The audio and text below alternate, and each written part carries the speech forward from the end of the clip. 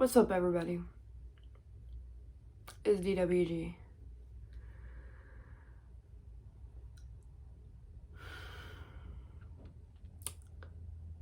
I know I owe everybody a lot of explanations on why I've been so inactive on social media.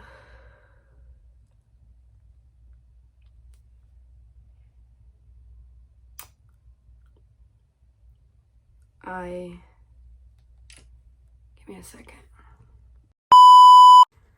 Okay, so first thing I want to come up on here and say is abuse is not okay.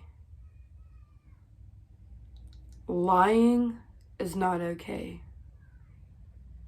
Cheating is not okay. Sorry, y'all, my hair. None of that is okay.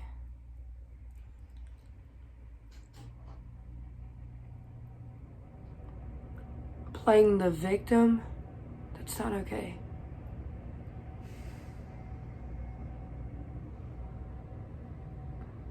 It's just not okay. What's also not okay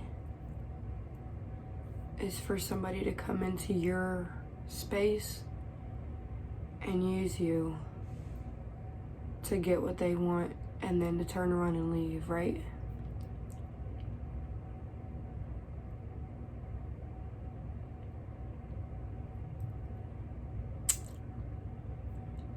Yeah. So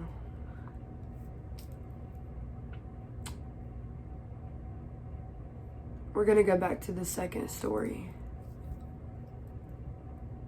I started talking to somebody on TikTok back in 2018, 2019, something like that, right?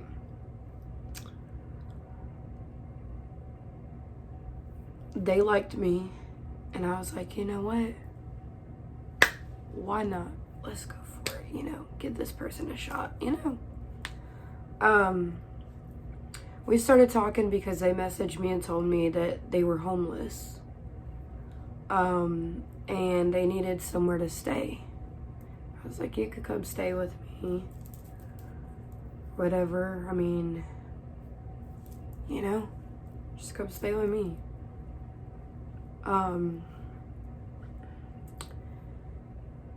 They ended up moving in with me within the next year. And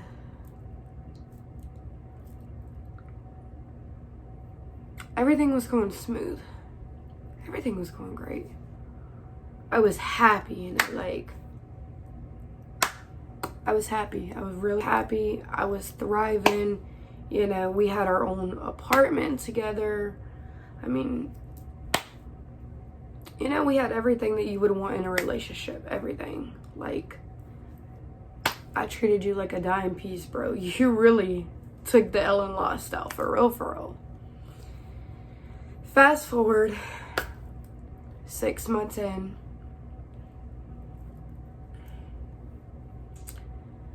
This person started being abusive.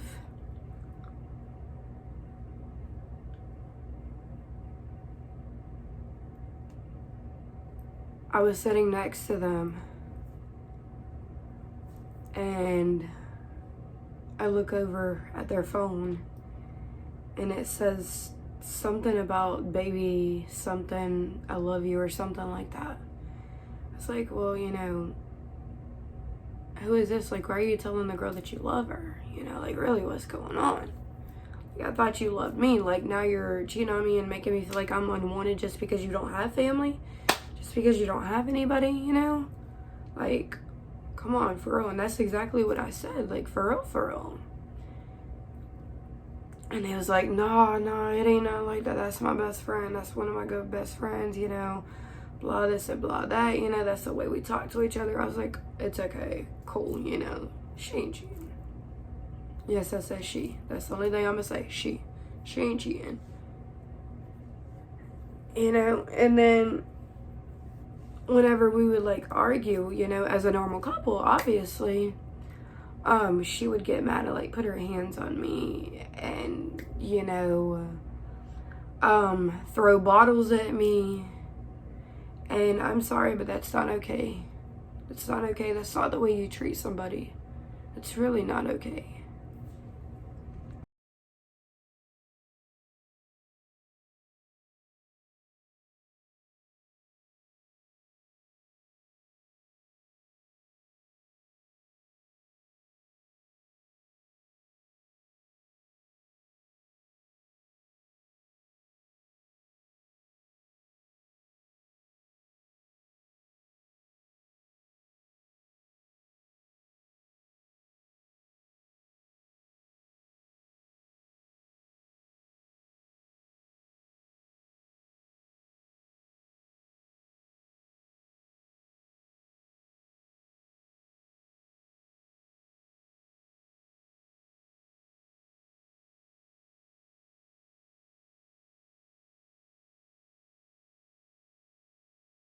Um, I would get like shoved up into the corner of the walls, and like I would just get beat on by this chick. Like this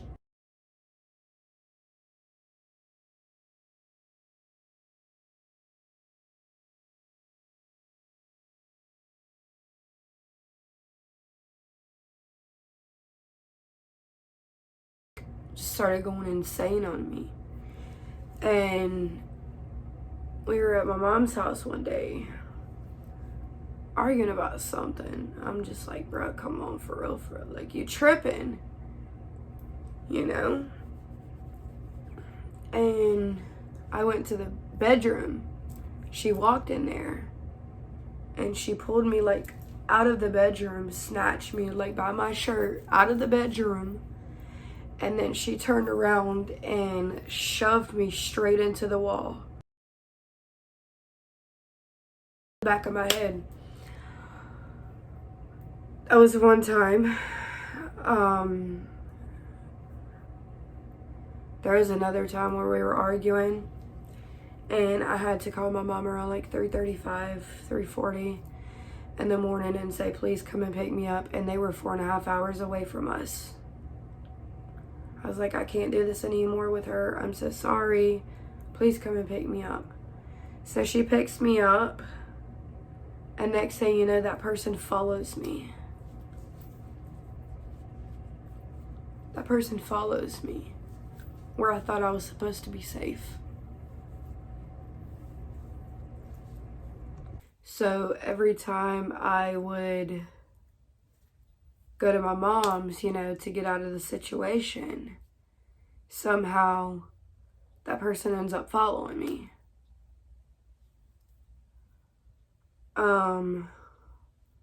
I wouldn't really ever say that they used me for money.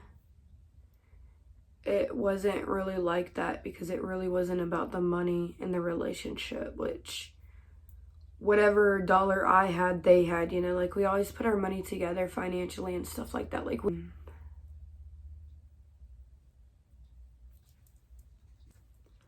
I remember we ended up moving to Indiana, and she told her dad's girlfriend's daughter that I was talking trash about her, and they all ended up jumping me. And luckily I figured out the cousin ended up getting arrested and charged with domestic violence, considering the fact that you caused me to be in the hospital and I blacked out and had a seizure. But I know I blacked out and beat her behind.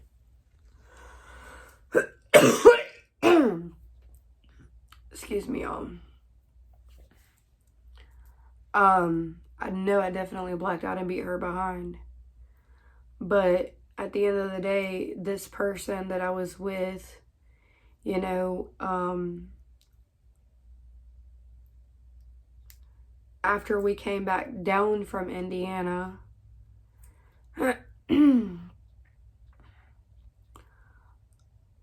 they didn't pay their part of the rent, so we were on the streets. Well, I wasn't. I was staying with my mom at the time, and I had another place lined up, but I was waiting, you know, because being on the waiting list, you could be on the waiting list for 5 years, 6 years, 7 years, 3 years, 2 years. It just depends on their laws and regulations or whatever, right? So, next thing you know, like, I'd be at my mom's house, and I would, like, get messages about, you better get your behind down here right now and come and see me. I know you're out there cheating on me. I know you're hoeing around. You're out there just being a whore. The whole 9 yards of everything.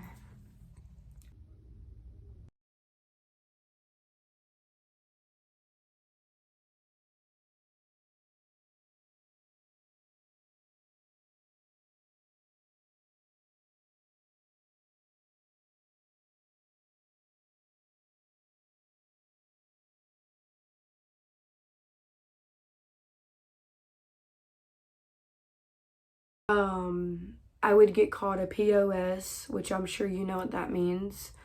I would get told to go kill myself daily, knowing the fact that I struggled with suicide. I've struggled with depression. I've struggled with self-harm. That's something that you don't say to somebody. I stood up for myself a lot. I did not take any BS. You put your hands on me, I beat your behind.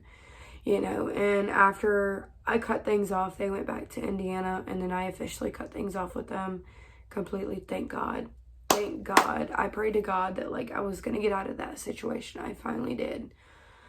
But 4 years later, they still post about me on Snapchat because people always send me videos. They still post about me on Instagram because, again, people always send me videos. They still post about me on Facebook because, again, people send me videos. Somebody just texted me, sorry. They still send me videos on, again, people send me videos. I finally had enough, and I changed my phone number officially. Nobody from my past has my new number, and they will not get my new number. There's been so many times where I was begging and pleading my mom to help me get out of that relationship. Dude, I remember one time we were in Dollar General, and I went to the back and told her that I had to go pee. I called my brother instantly, and I said, bro, I'm trying. Like, I'm so trying to get out of this relationship. Can you please help me? And he was like, well, yeah, tell her that I'll come and pick you up tonight, and you could hang out with me and your niece and nephew or whatever. I was like, all right, bet. So I told her that I was leaving that night, and I was going to go hang out with my niece and nephew and, you know, eat pizza and ice cream with my brother and my niece and nephew and his wife or whatever. And she goes and throws a huge fit about it, talking about, oh, you're going out there, you're going to cheat on me, you're going to cheat on me? Are you going to go sleep with somebody else tonight? I said, dude, it's family. That's my brother. Like, you know, how sick in the head can you really be? You're nasty, bro.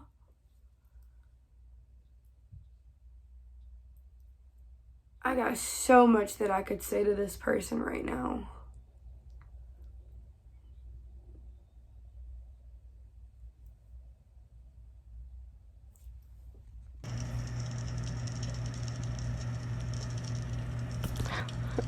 Ow. Ow. She's abusing me. Oh, shut up.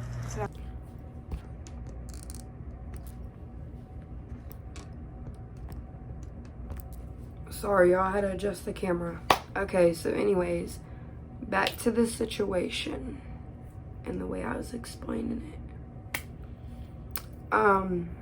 So basically, from time to time, whenever they get bored, they will have people hit me up. After I've already blocked their accounts, they'll still have people hit me up. Still to this day, they'll have people come up to my house. I will drop that video. And that lingers onto the first situation that I was talking about in the very beginning. Well, at least all three of y'all are being patient with me. I mean, I do need that.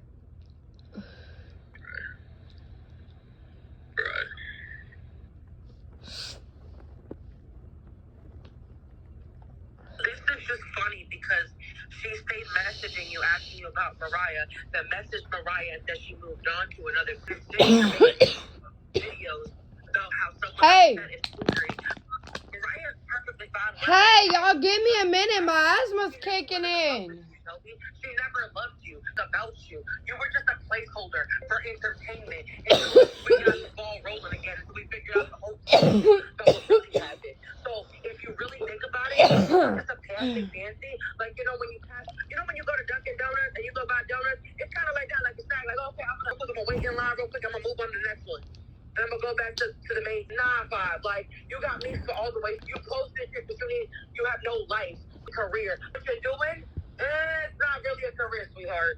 And then the fact that she sat here and tagged my ex-wife in it, and then and then posted so that you know who my last ex is. Yeah.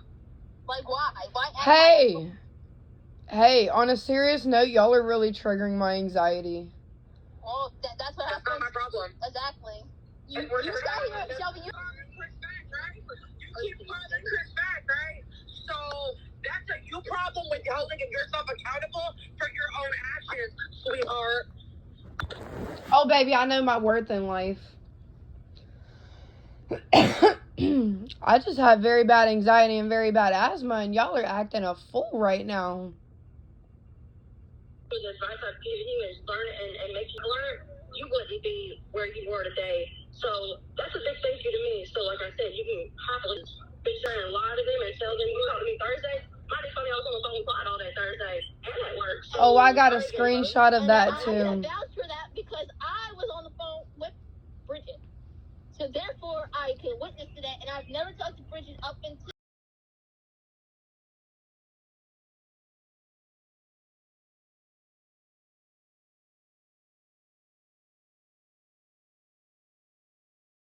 And that's the.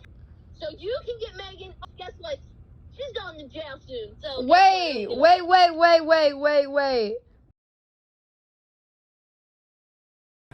When I was friends with this person, this girl, and you know, we was planning on like meeting each other, blah this and blah that.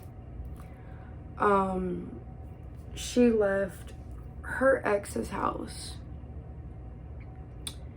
Called me one day and asked me what I was doing, blah this and blah that. Asked me if I was in a relationship, blah this and blah that or whatever. And then she tells me that she don't have anywhere to go. I'm like, okay, not a problem. You can come stay with me.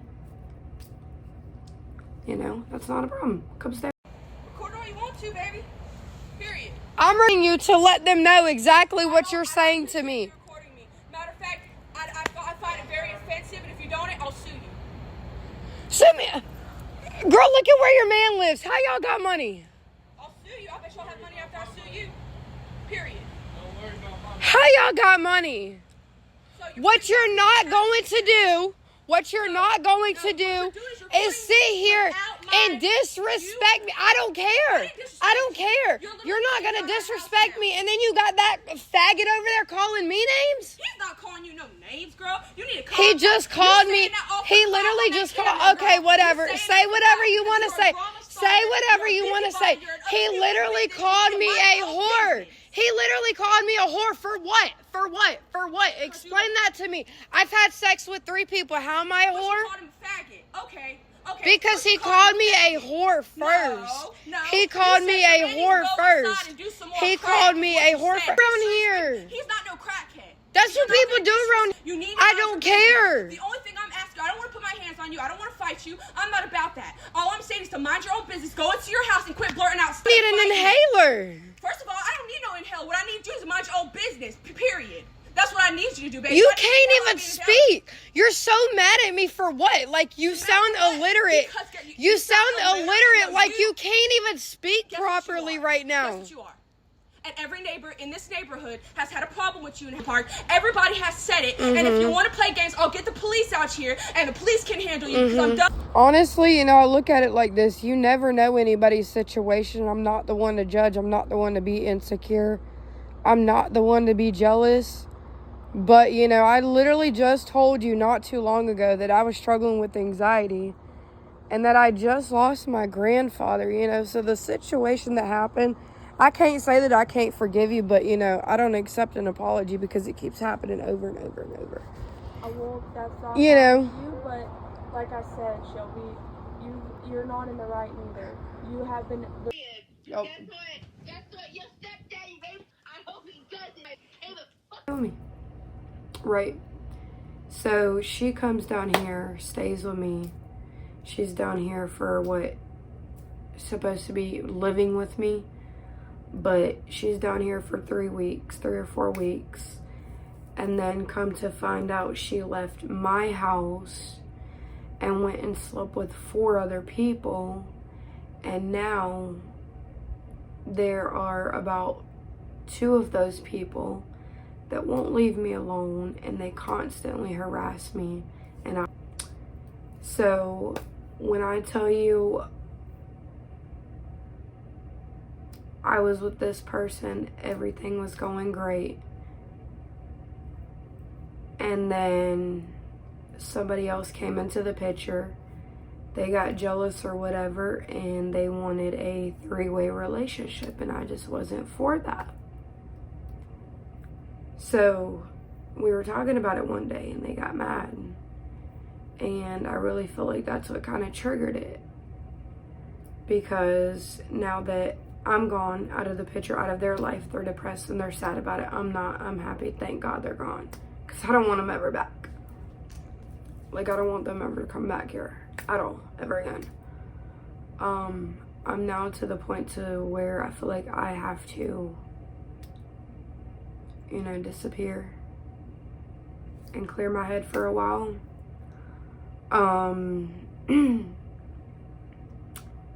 The messages that I would get was,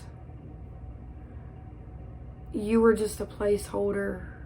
I was never really in love with you.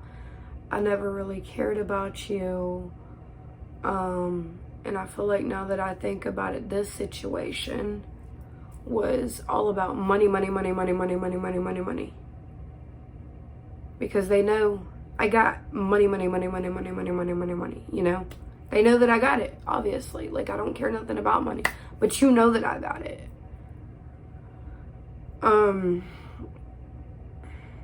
So that went down for like 5 or 6 months, and then I quit talking to them completely. Like, boom. I just quit talking to them, changed my phone number, changed everything. Boom.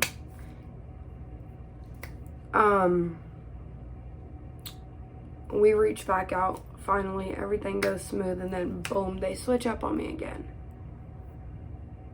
Which kinda, you can't really expect that, you know? Because you think that people change. So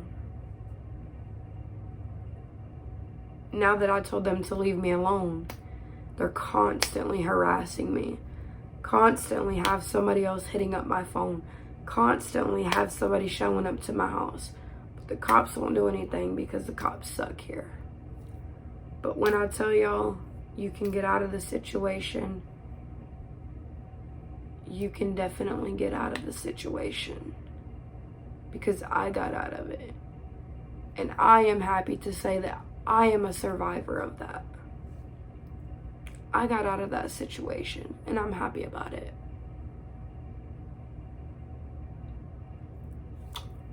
I'm proud of myself.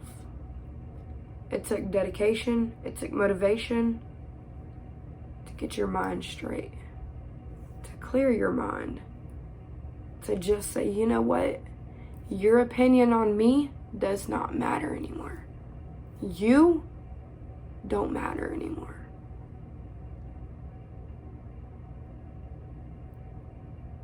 It feels good to say that. It really, really, really, really feels good to say that.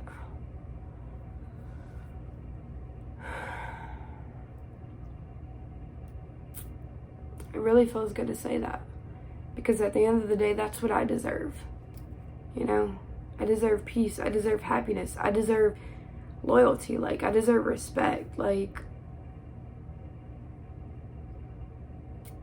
I'm really happy God saved me from that situation and got me out immediately. Because it was going bad.